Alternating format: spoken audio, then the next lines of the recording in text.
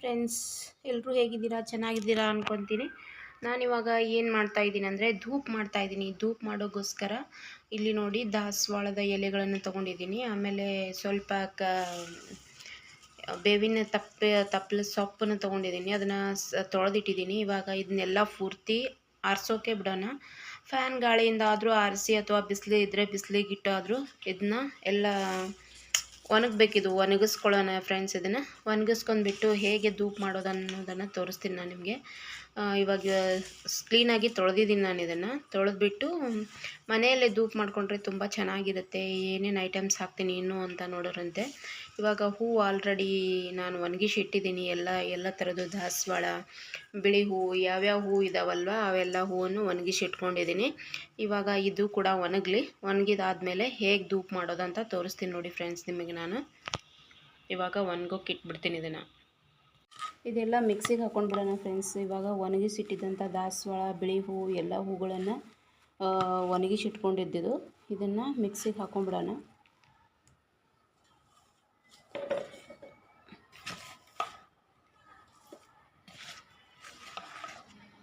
ಮಿಕ್ಸಿಗೆ ಹಾಕ್ಬಿಟ್ಟು ಇದನ್ನು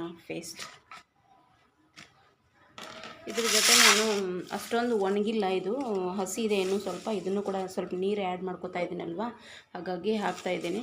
ದಾಸವಾಳ ಎಲೆನ ಮತ್ತು ಬೇವಿನ ತಪ್ಪಲನ ಎರಡನ್ನೂ ಹಾಕ್ತಾಯಿದ್ದೀನಿ ನೋಡಿ ಇದರಲ್ಲಿ. ಇದನ್ನು ಕೂಡ ಹಾಕ್ಕೊಂಡ್ಬಿಡೋಣ.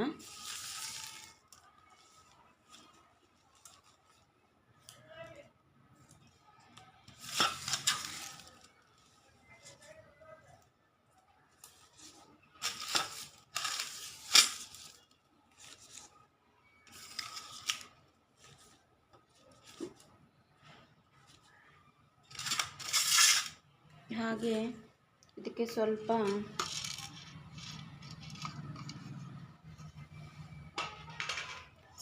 ಲವಂಗ ಕೂಡ ಹಾಕ್ಕೊಂಡ್ಬಿಡೋಣ. ಇದಕ್ಕೆ ಲವಂಗ ಕೂಡ ಹಾಕ್ತಾಯಿದ್ದೀನಿ ನೋಡಿ ಇದರಲ್ಲಿ. ಹಾಗೆ ಸ್ವಲ್ಪ ಒಂದು 6 ಅಚ್ಚು ಕರ್ಪೂರ ಹಾಕ್ತಾಯಿದ್ದೀನಿ ನೋಡಿ. ಕರ್ಪೂರನ ಕೂಡ ಹಾಕ್ಕೊಂಡ್ಬಿಡೋಣ ಇದರಲ್ಲಿ. ಹಾಕ್ಕೊಂಡು ಮಿಕ್ಸ್ ಮಾಡ್ಕೊಳ್ಳೋಣ. ಇವಾಗ ಮಿಕ್ಸಿಗೆ ಹಾಕ್ಕೊಂಡ್ಬಿಡೋಣ ಫ್ರೆಂಡ್ಸ್. ಇವಾಗ ಇದನ್ನು ಪೇಸ್ಟ್ ಮಾಡ್ಕೊಳ್ಳೋಣ. ಸ್ವಲ್ಪ ನೀರು ಹಾಕ್ಕೊಂಡ್ಬಿಟ್ಟು ಮಿಕ್ಸಿಗೆ ಹಾಕ್ಕೊಂಡ್ಬಿಡೋಣ. ಈ ಥರ ಪೇಸ್ಟ್ ಮಾಡ್ಕೊಂಬಿಡ್ಬೇಕು ನೋಡಿ ಫ್ರೆಂಡ್ಸ್. ಈ ಥರ ಪೇಸ್ಟ್ ಮಾಡ್ಕೊಂಬಿಟ್ಟಿವಿ ಅಂತಂದರೆ ಚೆನ್ನಾಗಿರುತ್ತೆ. ಇದಕ್ಕೆ ಇನ್ನೊಂದು ಸ್ವಲ್ಪ ಕರ್ಪೂರನ ಹಾಕ್ಕೊಂಬಿಡೋಣ. ಈ ಥರ ಪೇಸ್ಟ್ ಮಾಡ್ಕೊಂಡಿದ್ದೀನಿ ನೋಡಿ ಫ್ರೆಂಡ್ಸ್. ಎಲ್ಲನೂ ಪೇಸ್ಟ್ ಆಗಿದೆ.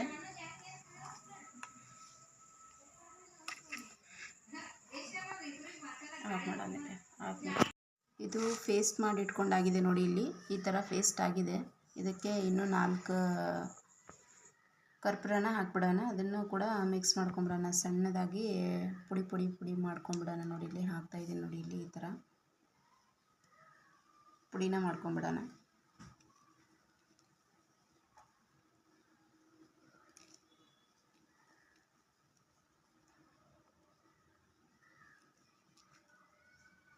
ಇದನ್ನು ಕೂಡ ಮಿಕ್ಸ್ ಮಾಡ್ಕೊಂಬಿಡೋಣ. ಇವಾಗ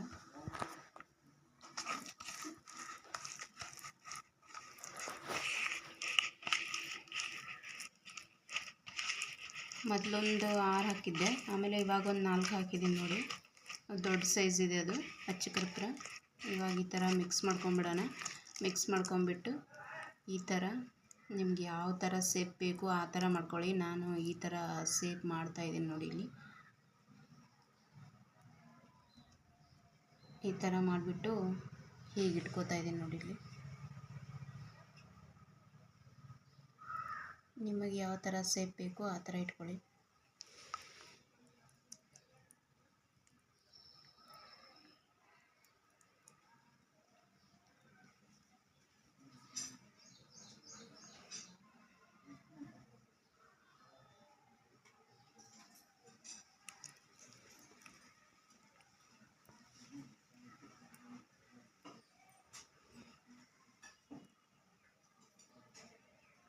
ಇದನ್ನು ಪೂರ್ತಿ ಒಣಗಿಸ್ಬೇಕಾಗತ್ತೆ ಫ್ರೆಂಡ್ಸ್. ಪೂರ್ತಿ ಒಣಗಿದ ಮೇಲೆ ಇದು ಉಪ್ಪು ಹಾಕೋಕ್ಕೆ ರೆಡಿ ಆಗುತ್ತೆ. ಈ ಥರ ತಗೊಳ್ಳೋದಷ್ಟೇ. ಈ ಥರ ಇಡ್ತಾ ಹೋಗ್ಬೇಕು ನೋಡಿ.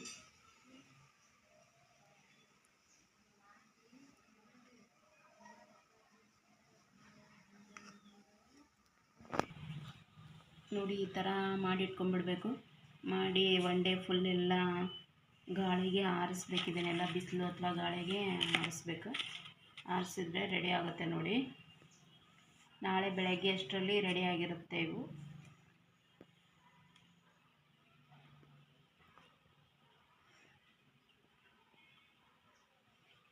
ಈಸಿಯಾಗಿ ಮಾಡ್ಕೊಬೋದು ನೋಡಿ. ಎಲ್ಲ ಥರದ ಹೂಗಳಿದೆ ಇದರಲ್ಲಿ. ದಾಸವಾಳ ಹೂವಿನ ಎಲೆ, ಆಮೇಲೆ ಬೇವಿನ ತಪ್ಪಲು,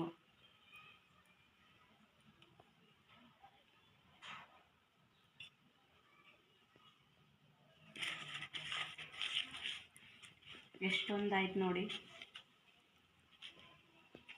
ಧೂಪಗಳು ಎಷ್ಟೊಂದು ಅದು ನೋಡಿ ರೆಡಿ ಅದು ಎಲ್ಲ.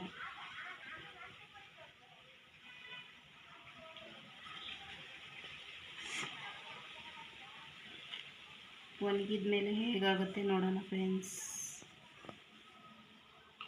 ನನ್ನ ಚಾನಲ್ ನಿಮಗೆ ಲೈಕ್ ಆಗಿದ್ದರೆ ಪ್ಲೀಸ್ ಲೈಕ್ ಮಾಡಿ, ಹಾಗೆ ಶೇರ್ ಮಾಡಿ. ಸಬ್ಸ್ಕ್ರೈಬ್ ಆಗದೆ ಇರೋದು ಸಬ್ಸ್ಕ್ರೈಬ್ ಆಗಿಬಿಟ್ಟು ನೋಡಿ, ಸಪೋರ್ಟ್ ಮಾಡಿ.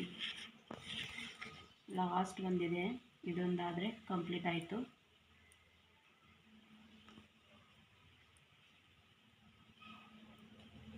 ಇಲ್ಲಿ ಇಡ್ತಾ ಇದ್ದೀನಿ ನೋಡಿ, ಇದೇ ಲಾಸ್ಟ್.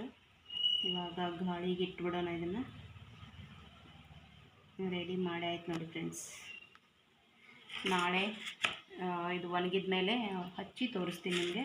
ಇವಾಗಲೇ ತುಂಬ ಘಮ್ ಅಂತ ಸ್ಮೆಲ್ ಕೂಡ ಬರ್ತಾ ಇದೆ ಇದ್ರದ್ದು, ಅಲ್ವಾ ಪವನ್? ಸೌಂಡ್ ಬರ್ತಾ ಇದೆ ತಾನೇ? ಹೌದಕ್ಕ. ಸ್ಮೆಲ್ಲು, ಸೌಂಡ್ ಅಲ್ಲ. ನಾನು ಹೌದಕ್ಕ ಅಂತ ಹೇಳ್ತಾ ಇದ್ದೀನಿ ಹಾಗೆ.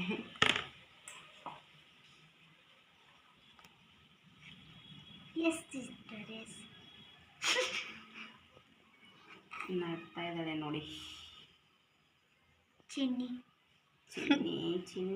ಚಿನ್ನಿ ನಗ್ತಾ ಇದ್ದಾಳೆ ಫ್ರೆಂಡ್ಸ್. ನಮ್ಮ ಲಕ್ಷ್ಮಿ ಅಕ್ಕನ ಇದು ನಿಮಗೆ ಲೈಕ್ ಆಗಿದ್ರೆ ಶೇರ್ ಮಾಡಿ, ಕಮೆಂಟ್ ಮಾಡಿ, ಸಬ್ಸ್ಕ್ರೈಬ್ ಮಾಡಿ